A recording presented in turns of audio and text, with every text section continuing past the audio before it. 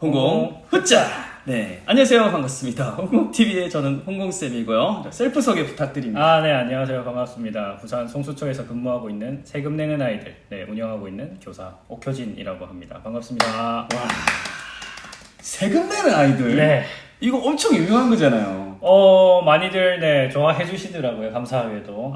이거 그 뭐야 유퀴즈 나왔잖아요, 그죠? 네, 맞습니다. 그 연예인을 내가 지금 눈앞에서 보고 있는데 엄청 좋아하네요. 네, 쑥스러운데 또 좋기도 하죠. 네. 그럼요. 네.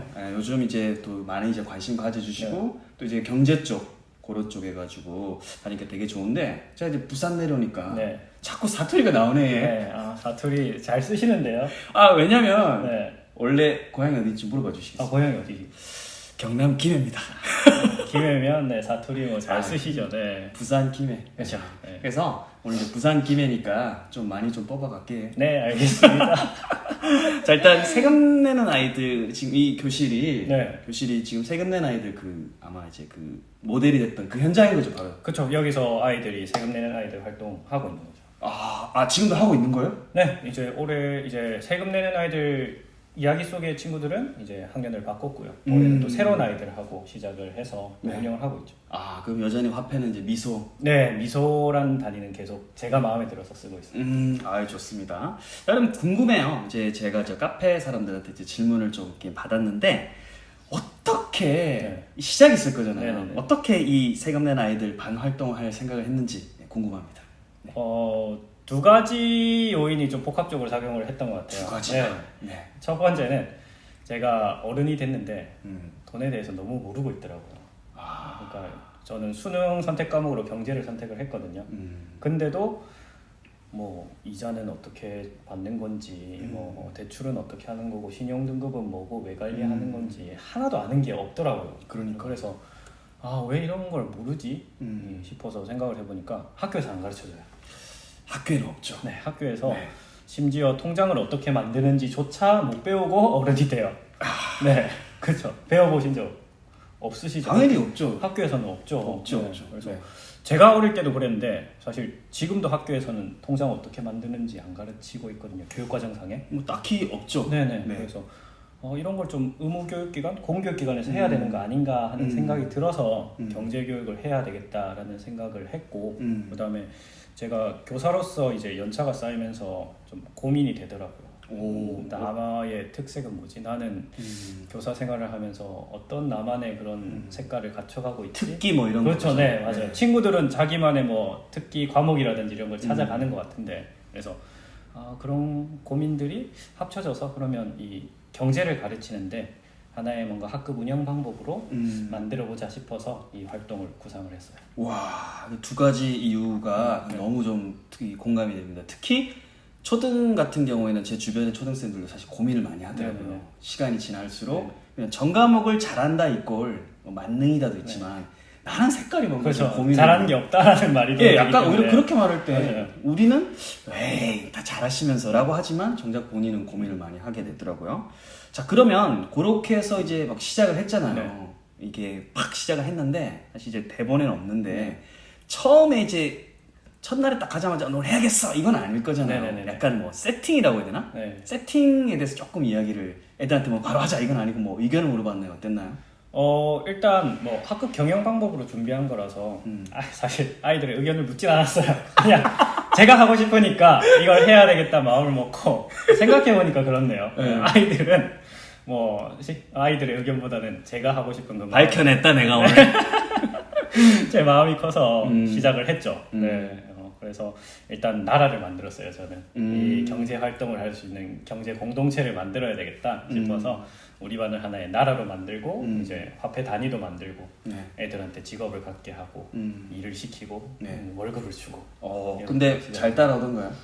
애들이 생각보다 되게 재밌게 받아들이더라고요. 그러니까 교실에서 직업을 갖고 돈 벌어서 쓸 수도 있고 뭐 저축도 하고 그러니까 약간 어른들이 하는 거를 내가 교실에서 직접 놀이처럼 해볼 수 있다. 이게 제가 공부를 가르쳐야 되겠다 하고 경제 개념들을 하나씩 짚어줬으면 분명히 지겨워했을 거예요. 이게 놀이처럼 다가가서인지 아이들도 재밌게 받아들여 주더라고요.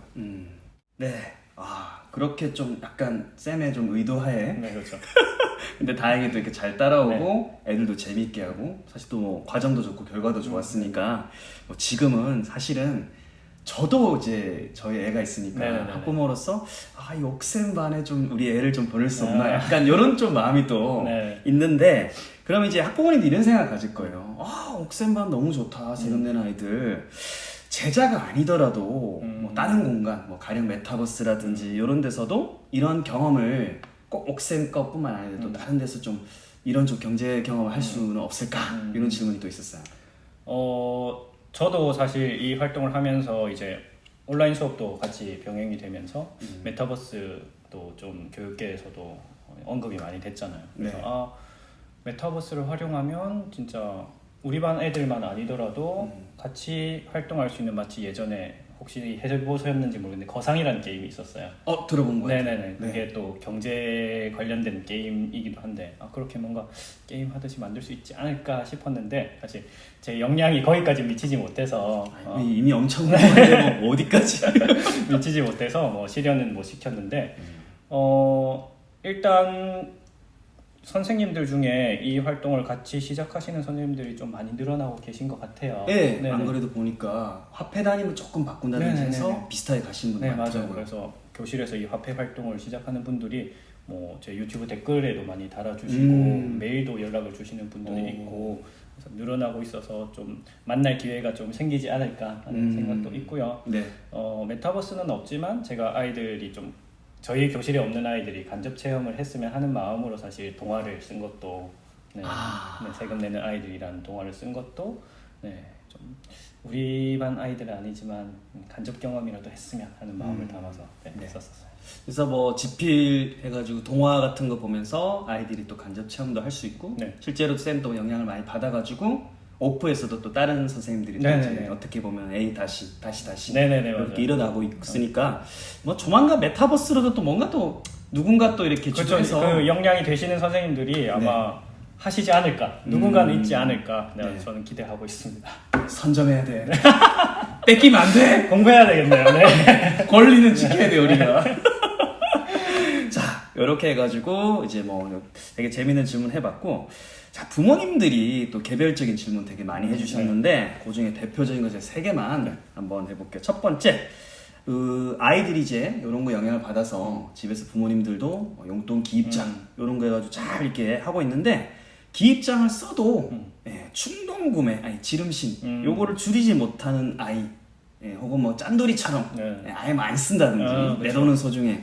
요렇게 좀 조절이 좀 잘 안 돼서 극과 극인 친구들은 과연 이제 어떻게 해야 될까요, 부모님들이? 그렇죠. 양극단이죠. 사실 저는 아이들한테 가르칠 때 저축이랑 소비 2개만 놓고 본다면 저축만 하는 것도 좋지 않고 소비만 하는 것도 좋지 않다라고 얘기를 해요. 근데 아이들한테 이걸 집에서 용돈 교육이 되겠죠. 아이들한테 가르치려면 제일 중요한 건 아이들한테 2가지를 동시에 주셔야 돼요. 자율성하고 책임감을 둘 다 주셔야 돼요. 책임? 네. 왜냐하면 아이들이 돈을 그냥 다 써버린다면 그걸로 인해서 자기가 스스로 불편함을 느껴야 되거든요. 중요한 포인트예요. 네. 불편함을 느껴야 내가 이렇게 썼을 때 내가 나중에 힘들구나를 느낄 수 있어요. 근데 부모님들 보시면 안 그런 부모님들도 계시겠지만 아이가 돈을 다 쓰면 어머 나 돈 떨어졌어 이거 사야 되는데 하면 돈을 주세요. 추가로 주세요. 애가 그냥 풍족하다 느끼겠네. 그렇죠. 아이는 그러면 내가 돈 관리할 필요가 없는 거죠. 있는 거 다 써버리고 받아서 또 쓰면 되니까. 그러니까 나중에 크면 애가 엄마 집 사주세요. 차도 사주세요. 그렇죠. 그렇게 될 수 있는 거죠. 그래서 아이의 돈 교육을 위해서는 저는 커서 실패하지 말고 지금 어릴 때 실패하면서 이런 자기만의 노하우나 돈 관리의 필요성을 느껴야 된다고 생각을 해요. 그래서 부모님들께서 아이한테 용돈을 주시면 자기가 스스로 알아서 쓸 수 있게 하시고 대신 그거에 대한 책임도 본인이 질 수 있게 해 주셔야 되지 않을까. 그러니까 이게 막 책임을 애가 좀 지는 부분이 좀 있어야 되는데 부모가 먼저 약간 애 닮는다고 해요. 내가 애는 좀 풍족하게 있어야 될 텐데 그런 거는 좀 사실은 좋지 않다. 네, 그렇죠. 이런 말씀하시는 거죠. 그리고 제가 얼마 전에 또 다른 학교의 초등학생 친구를 만난 적이 있는데 뭐 돈에 대해서 얘기를 하다가 돈 얼마나 써? 라고 물어봤어요. 그랬더니 그 친구는 저는 돈 하나도 안 써요 라고 대답하는 거예요. 뭐지? 그러니까 자기가 받는 용돈 하나도 안 쓴대요. 근데 이게 돌아가진다는 거잖아 이게. 네, 그래서 뭔가 이상해서 그러면 친구들하고 뭐 과자도 안 사 먹고 뭐 이렇게 해 하니까 아니요 그건 엄마가 주시는데요 이러는 거예요. 뭐 슈퍼집 아닌가? 그러니까 그 애가 그 자기 용돈을 쓸 필요가 없는 거예요. 안 써도 엄마한테 다른 돈을 받아가지고 쓰면 되니까. 그러니까 우리 집 같은데. 큰일 났네 이거. 큰일 났다 이거. 그러니까 그 친구는 지금 당장 돈 관리할 필요가 없는 거죠 사실. 그 돈이 아닌 거네. 그렇죠. 네. 돈에 대한 가치나 돈 관리의 필요성을 못 느끼고 있는 상태라서 그런 상태라면 돈 교육을 할 수가 없죠. 그래서 그 친구는 자율성은 있지만 책임감은 없는 상태인 거죠. 그렇구나. 알겠습니다. 부모님들이 이 두 개를 좀 이제 명심을 해야 될 것 같고요. 자, 그러면 그 다음 질문 옮겨가지고 이제 우리가 뭐 학교든 뭐 어디든 이제 경제적인 어떤 체험을 할 수 있는데 부모님들이 집에서도 좀 그러면 애들이 좀 알바 돈도 좀 벌어보고 좀 그런 경험을 쌓고 애들이 좀 보람도 느낄 수 있는 이런 게 있을까 질문하셨어요. 저도 고민을 해봤어요. 저는 교실에서 하고 있지만 제가 하는 이 교실에 모든 학생들이 참여할 수 있는 건 아니고 그렇죠. 모든 교육이 그렇지만 학교 교육도 중요하지만 가정 교육도 중요하거든요. 그래서 가정에서도 좀 이런 경제 교육을 힘써 주셨으면 하는 마음이 있는데 그러면 제가 하는 활동을 집에서 할 수 없을까 생각을 해봤을 때 1일 1옥센 1집 1가구에 보고 네, 제가 뭐 분신술이라도 쓸 수 있으면 가서 해드리겠지만 그게 어려우니까 집도 아이들이 저희 교실처럼 활동할 수 있을 것 같아요. 일단 기본적으로 아이들이 집에서 직업을 갖도록. 참신하다. 네, 그렇죠. 그냥 용돈을 주는 게 아니라 그냥 뭐 한 달이 됐으니까 너한테 그냥 불로소득이죠 말 그대로. 불로소득으로 아이들이 용돈을 받는 게 아니라 무노동 무임금.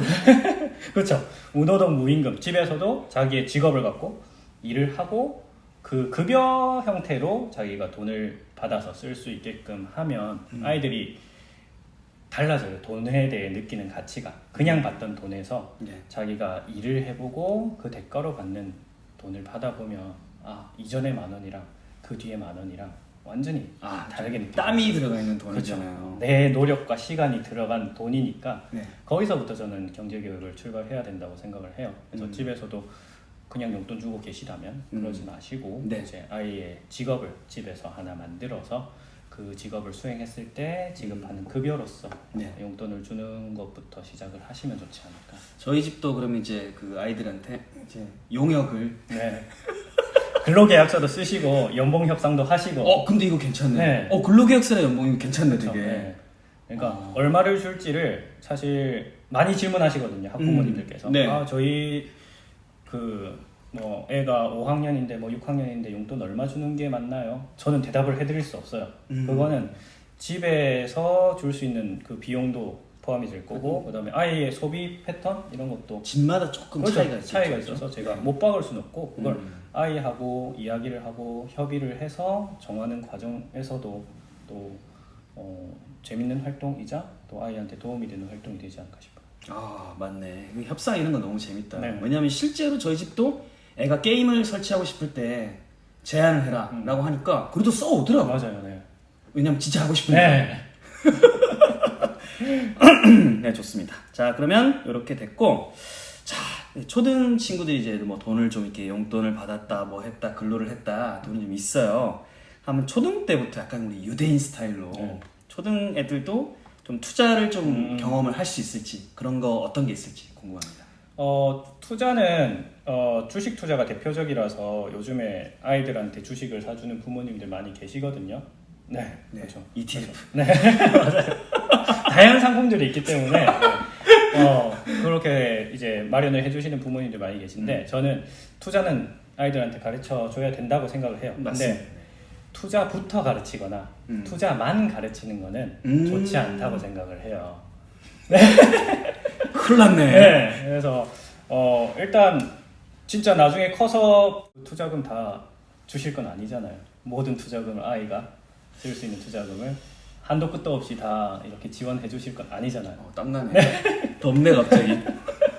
그러면 아이 스스로 그 투자금을 마련하는 과정부터 저는 네, 아이들이 배워야 된다고. 시드 마련부터? 그렇죠. 네. 그게 결국은 이제 근로소득 또는 뭐 사업소득 이런 부분들 되겠죠. 저축. 그래서 앞에 그 단계를 밟고 그 다음으로 투자를 하는 게 맞지. 저는 투자부터 하거나 투자만 하긴 하거나. 부모가 그냥 시드 주고 해라 네. 이렇게 하는 것보다는 지가 그렇죠. 스스로. 그렇죠. 본인이 마련한 시드머니를 가지고 투자를 할 수 있도록. 그리고 주식을 사주는 것만으로 아이한테 경제교육이 되진 않아요. 네. 이제 나중에 뭐 대학 등록금에 보태 쓸 수는 있겠지만 그냥 그걸 사줬다로 끝나지 말고 그 종목에 대한 투자나 어디에 투자할 건지도 아이하고 얘기를 해야죠. 그런 과정이 있어야지 그냥 무조건 주식 사준다 이거는 네, 교육에는 큰 효과가 없을 거다. 눈을 바라볼수록 점점 제 작아지는 둘째가 로블록스를 하길래 네. 제가 이거 하나 너 세뱃돈으로 살까? 네! 했는데 폭락! 그죠. 요즘은 저도 안 켜고 있습니다. 어플을. 네. 보면 마음만 아프더라고요. 웃고 있는 거 보니까 요즘 안 열고 있네요. 아니 속으로 놀고 있습니다. 요즘 난리 났거든요. 그렇죠. 네. 녹아내린다고 하죠. 네. 좋습니다. 아이스크림도 아닌데. 자, 그러면 이제 또 다른 질문인데 이렇게 해서 사실은 세금 내는 아이들 유튜브도 이렇게 또 하시고 네. 사실은 동화책, 책도 이렇게 잘 이렇게 엄청 됐잖아요. 근데 이게 또 딴 분들이 어떻게 물었냐면 실제로 질문이 혹시 다른 시리즈 출간 생각은 이제 없으신가요? 뭐 했는데 혹시 다른 시리즈 뭐 생각은 없습니까? 제가 첫 책을 이제 제가 주로 한 경제 활동을 담은 동화책을 썼어요. 네. 근데 저희 교실에서도 경제로 출발을 했는데 네. 아까 나라를 만든다고 말씀을 드렸잖아요. 그렇죠. 그러니까 네. 그 나라 안에서 아이들이 경제 활동을 하는데 음. 나라 안에 경제 활동만 있으면 굴러가지가 않더라고요. 그래서 그렇죠. 네, 경제와 뗄 수 없는 정치와 법 활동도 저희 교실에서 하고 있는데 네. 네, 그 활동도 아이들이 좀 간접 경험할 수 있게끔 이번에 이제 후속작으로 네, 법 만드는 아이들이라는 책을 출간을 했어요. 네. 아이들로 가네요, 그냥 아이들. 그렇죠. 네, 아이들 시리즈죠. 그래서 사실은 그래서 요거 이미 나왔더라고요, 시중에. 네, 제가 네. 구해왔습니다. 네, 아유, 감사합니다. 잘했죠. 그래서 법 만드는 아이들이라고 실제로 이렇게 했고 요거 내용 아주 짧게 하고 뭐 약간 인사이트 어떤 점을 주려고 했던 건지 정도만 좀 소개 좀 부탁 가능할까요? 일단 하나의 교실 국가 안에서 아이들이 이제 정부를 구성하고 국회를 구성하고 하면서 법을 만들고 이제 정치 활동을 실제로 하는 거죠. 그걸 통해서 최종적으로는 우리 교실의 주인이 선생님도 아니고 교장 선생님도 아니고 학생인 우리들이다. 우리들이 꾸려가는 교실이고 결국 확장시키면 나라의 주인은 국민이다.